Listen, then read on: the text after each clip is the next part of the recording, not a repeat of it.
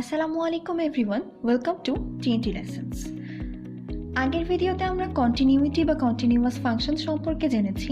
আজকে আমরা শিখব কোনো একটা ফাংশন কন্টিনিউয়াস নাকি discontinuous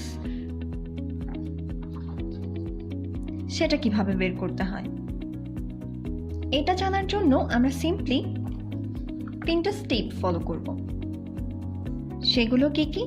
step 1, f of a must be defined, অর্থাৎ আপনার কাছে যদি একটা ফাংশন দেওয়া থাকে তাহলে সেটা যে কোনো একটা পয়েন্ট এতে ডিফাইন হতে হবে, অর্থাৎ f of a এর একটা সার্টেন ভ্যালু থাকতে হবে।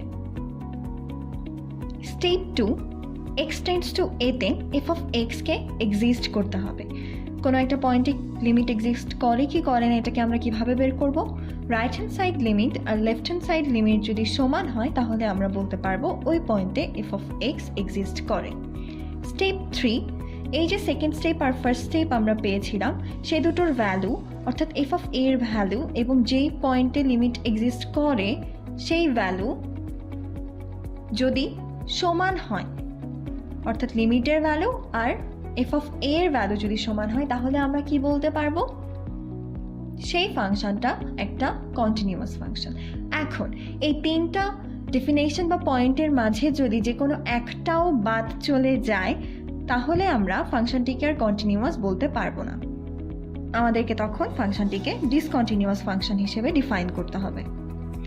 এখন যদি আপনাদের অনেক বেশি কনফিউশন মনে হয় এই কথাগুলো শুনে তাহলে একটু ধৈর্য নিয়ে বসুন, আমরা একটা প্রবলেম সলভ করি। প্রবলেম সলভ করলে আপনাদের কনফিউশনগুলো যেগুলো রাইজ হয়েছে সেগুলো ক্লিয়ার হয়ে যাবে। ধরুন আপনাদের কাছে একটা প্রবলেম দেওয়া আছে, সেটা হলো define the continuity of the following function at x equals half। ফাংশনটা হলো f of x equal x when x is greater than or equal 0 and less than half, and f of x equals 1 minus x where x is less than 1 and greater than or equal half। তাহলে এটা solve করার জন্য আমাদেরকে কি করতে হবে? আমাদের 3টা পয়েন্ট ফলো করতে হবে। আমাদের প্রথম পয়েন্টটা কি ছিল? f of a ডিফাইন করা। এখানে যেহেতু a পয়েন্ট কোনটা অর্থাৎ x equal half ডিফাইন করাই আছে, তাই আমরা কি করব? f of half বের করব। এখন এই পিসওয়াইজ ফাংশনের ইন্টারভালের শর্ত অনুযায়ী x ইকুয়ালস যদি হাফ হয় তাহলে আমাদের ফাংশনটা হবে 1 মাইনাস এক্স। তাহলে আমরা যদি x এর বদলে হাফ বসাই তাহলে 1 মাইনাস হাফ ইকুয়ালস আমরা পেয়ে যাচ্ছি অ্যান্সার হাফ, অর্থাৎ f অফ হাফ ইকুয়ালস আমাদের কাছে অ্যান্সার আসলো হাফ। এবার আমাদের কাজ হচ্ছে এই ফাংশনের x ইকুয়ালস হাফ পয়েন্টে বা x টেন্ডস টু হাফ পয়েন্টে লিমিট এক্সিস্ট করে কিনা সেটা দেখা। তো এক্সিস্টিং কোনো লিমিট আছে কিনা সেটা বোঝার জন্য আমাদের কাজ হচ্ছে লেফট হ্যান্ড সাইড আর রাইট হ্যান্ড সাইড লিমিটের ভ্যালু বের করা এবং তাদের ভ্যালু সমান কিনা সেটা যাচাই করা। তো আমরা যেটা করব, limit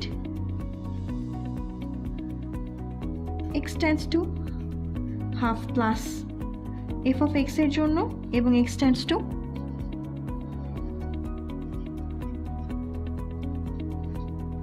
half minus f of x এর জন্য ভ্যালু বের করব। হাফ প্লাসের ক্ষেত্রে আমাদের যেই ভ্যালুটা গ্রহণযোগ্য হবে সেটা হচ্ছে 1 মাইনাস এক্স,